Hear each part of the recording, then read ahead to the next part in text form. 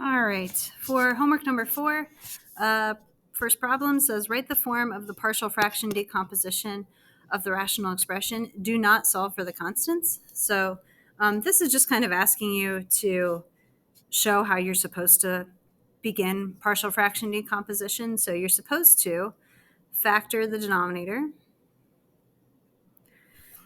And then we don't know what the numerator is yet. So we could say like, okay, well, this was the sum of some constant A over X plus some constant B over X squared plus 10. And the reason they're not having us solve for A and B, I would assume, on this one is because, normally we use that cover up method and we would get some imaginaries for X in this one. So that could get kind of tricky. So anyway, we're leaving that there. All right, and then use partial fractions to find the integral. So now I have the integral of, so what we should be on the lookout for when we mix these problems with other types of integrals is a constant over something I can factor is usually partial fraction decomposition. So I'm going to use the cover-up method for all of these. Remember, the cover-up method is first factor the denominator.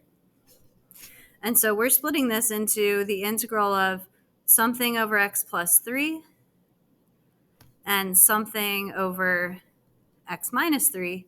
And to get the constants that we're putting out in front, we use the cover-up method. So if I let x equal negative 3, I cover up the x plus 3, and then I look at, so actually I'm going to do that this way. Cover up the x plus 3, and I'm plugging into 1 over x minus 3.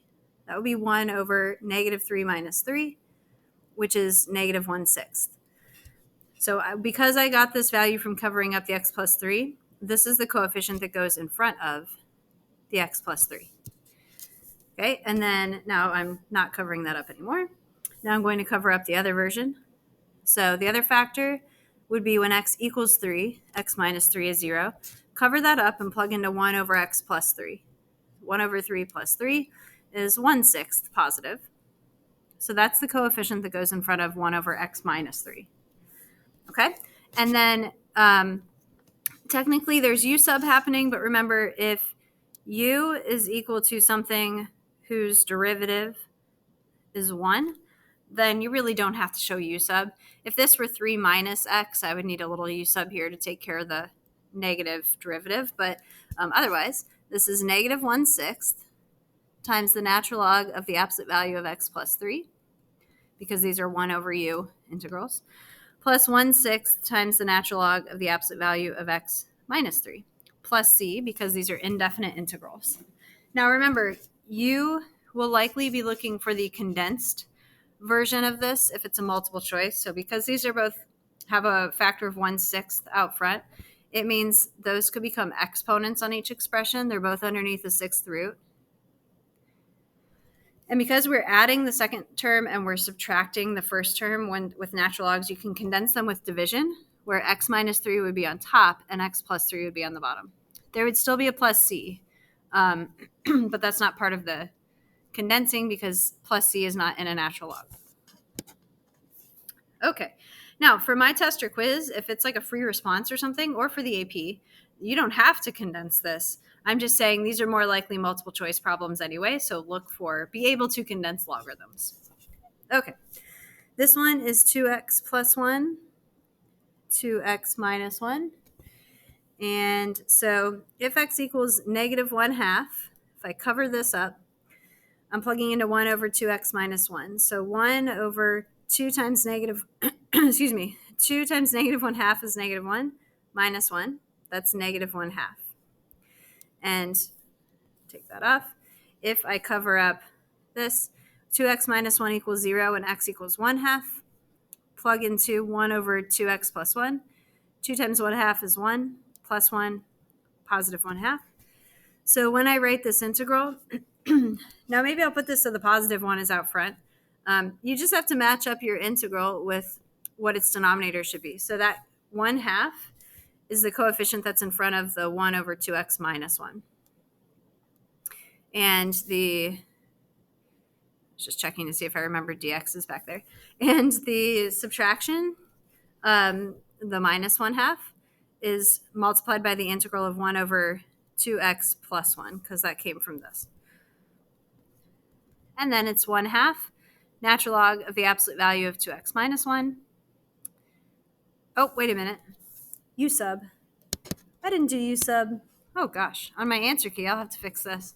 I didn't do U sub. I just got done saying, you don't need it if there's if du dx is 1, but here du dx is not going to be 1. So we do need a little U sub here. U is equal to 2x plus 1 or minus 1. That part's the same for both of these. So I'll just do it once here. Du dx is equal to 2. Du divided by 2 is equal to dx. This dx is going to become du over 2. That's the same thing is going to happen here too, right? Du over 2. So actually, this is 1/4 times the integral of 1 over 2x minus 1 du. 1 over u du. And this one is minus 1/4 times the integral of 1 over, I probably shouldn't use u technically. It should be like w dw. Whatever. I don't think anyone's going to be too picky about that. U is not the same thing in both of these. So it's 1/4 natural log of the absolute value of 2x minus 1 minus 1/4 times the natural log of the absolute value of 2x plus 1 plus c. And if I needed to condense it, it would be a natural log of the 4th root of 2x minus 1 on top, 2x plus 1 on the bottom, plus c. Okay, so I need to make sure I fix my key. All right, number 9, factor first. This is x plus 4, x minus 1. So break up your partial fractions. If x equals negative 4, I cover this up. I plug into 5 over x minus 1. 5 over negative 4 minus 1. 5 over negative 5 is negative 1. If x equals 1, cover up this side. 5 over x plus 4. 5 over 5 is 1. Split this into the correct integrals. So negative integral 1 over x, 1 over x plus 4 dx plus integral 1 over x minus 1 dx. U sub not needed because u is just x plus 4. So negative natural log absolute value x plus 4 plus natural log absolute value x minus 1 plus c. I should say u sub is not needed really because du dx is 1 here. And let's condense that. It's the natural log of the absolute value of x minus 1 is on top because its natural log is positive. X plus 4 is on the bottom because its natural log is negative, plus c. We probably will not get through the entire assignment today just because I've got a class starting in a little while. We'll see how far we can get. Okay, next one, I want to factor x plus 9, x plus 2. Now this is good because the x plus 2's cancel. So I actually don't need partial fraction decomposition because remember, if you were to just try to do the cover-up method, if you plug in negative 2, you're going to get 0. And I guess that would still come out to the same thing, but that's why that would be happening. So, okay. Really, this is just the integral of 1 over x plus 9 dx. And I guess what we need to make sure we say from this is that, so x plus 2 has no mention in my simplified problem. So I need to make sure that I satisfy domain. Whatever I get for this, x can't equal negative 2. It's not part of the domain in that problem. Okay, so what do I get for this? I just get natural log of the absolute value of x plus 9 plus c. So again, this exists except x can't equal negative 2.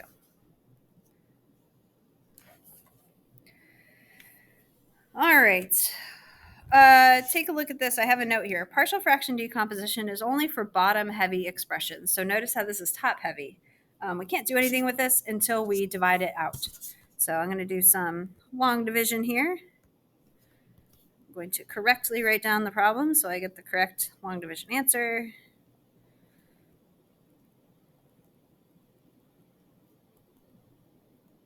And I'm doing long division, by the way, because I could start trying to factor by grouping, but I don't think factor by grouping works here, and I'm not going to get any factors to cancel out then with the bottom. So, okay, so we multiply x squared by 2x. So this is going to become 2x to the third minus 4x squared minus 16x, and then we subtract that whole quantity. 2x cubed subtract to 0, negative 4x squared subtracts to 0. This becomes negative 15x plus 16x, so x drop down to plus 5. That's now a remainder, so plus x plus 5 over this divisor. So now we rewrite the problem. It's the integral of 2x. Let's split this up. So it's the integral of 2x dx plus the integral of x plus 5 times x squared minus 2x minus 8 dx. All right, and this denominator factors. So that's my hint to, now I just got done saying like, oh, if it's a constant over partial fraction decomposition, can do it that way. But excuse me, even if we have an expression up here, we can still do the cover-up method and get values. So it doesn't have to be a constant over something factorable. All right, I'm going to integrate this first integral here. So integral of 2x dx would become 2x squared over 2, so just x squared. And then let's go ahead and set this up. So it'll be the integral of something over x minus 4 dx, and the integral of something over 1 over x plus of 1 over x plus 2 dx. And to get those constants, let's do that work over here. If x equals 4, I'm covering up x minus 4. I'm doing that with my finger on the screen. You can't see that. 4 plus 5 is 9. 4 plus 2 is 6. Let's reduce that. So there's a 3 over 2, excuse me, in front of the first integral. And then when x equals negative 2, again, I'm covering up. You can't see this right now. I'm covering up the x plus 2. Negative 2 plus 5 is 3. Negative 2 minus 4 is negative 6. Reduce that. That's negative 1/2. That's the coefficient going in front of that integral. And then the actual calculus part is easy. Excuse me, no u sub needed. This one I'm not going to condense because it doesn't condense very nicely anyway. I like to condense when they have the same fraction out in front because it means they're under the same root. Oops. All right, so we get all of this, and I could condense that, but again, it doesn't really make anything nicer, so I'm not going to worry about that. Okay, use substitution to find the integral. So what does that mean? It's because partial fraction substitution or partial fraction decomposition wouldn't work because you'll keep getting constants of 0 or like no solution. So use substitution means u sub. All right, so let's look at that. What could we let u equal? I think that we could let u equal, I guess there are a few ways to do this. We could let u equal probably the more complicated one, right? Let's let u equal cosine. Cosine x minus 1. Goodness, excuse me. U is cosine x minus 1. Du dx would be negative sine x. So du divided by negative sine would equal dx. So let's sub that in. Let's see what happens there. So in place of dx, we get du over negative sine x. So the signs are going to cancel. That's great. And then remember, we've done this before. Like, nothing cancels with the cosine, but remember, you can solve this u equation for cosine. U plus 1 is equal to cosine x. The alternative is if you would have let u equal cosine, then cosine x minus 1 would just be u minus 1. So it doesn't matter. We're going to get the same thing in the end. Don't lose track of the negative. So it's negative integral of 1 over, so cosine x is now u plus 1. And cosine x minus 1 is just u, and I have du.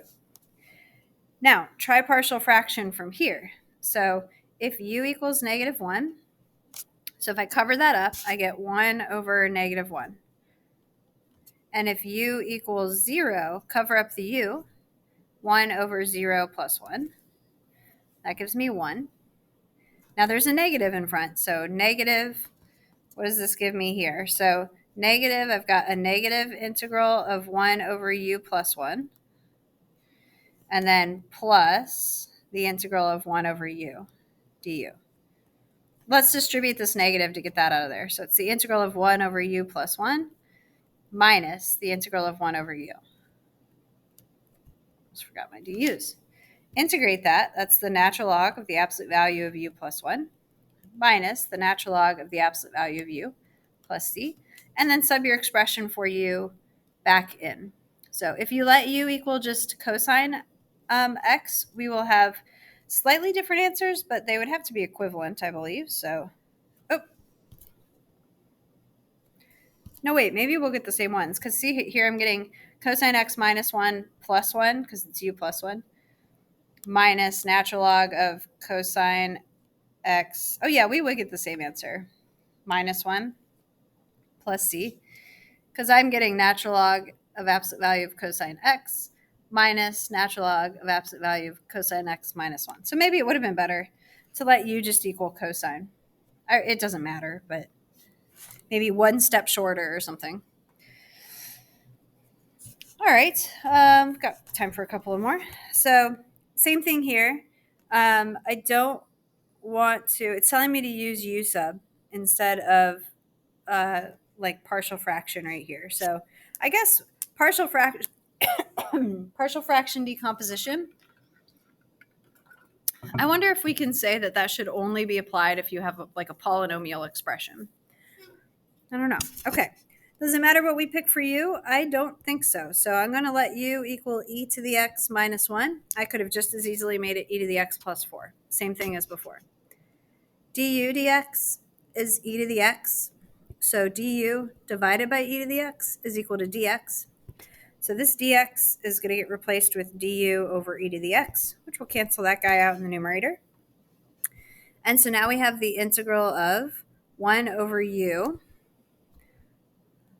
times, what's e to the x plus 4? So I would say this. There are a couple ways to think about this. Solve this for e to the x. Add 4 to both sides. That would equal u plus 5. So I have the integral of 1 over u times u plus 5. Now, if u equals 0, cover up the u. You get 1 over 5. If u equals negative 5, cover up the u plus 5. You get 1 over negative 5. So this is equal to 1/5 times, oh, sorry. I'm getting right down to the answer. My bad. 1/5 times the integral of 1 over u du minus 1/5 times the integral of 1 over u plus 5 du. So that is 1/5 times the natural log of the absolute value of u minus 1/5 times the natural log of the absolute value of u plus 5 plus c. I'm going to sub u back in here so and condense. So natural log of the 5th root of, it'd be u over u plus 5. So my u is e to the x minus 1 over e to the x minus 1 plus 5. So plus 4 plus c. And I have a note on here, just like I said in the video. You could have also said u is equal to e to the x plus 4 and gotten something equivalent, and you could graph to verify. All right, let's do, yeah. Actually, no, I'm going to save this section for the second video so that it's put together. Okay.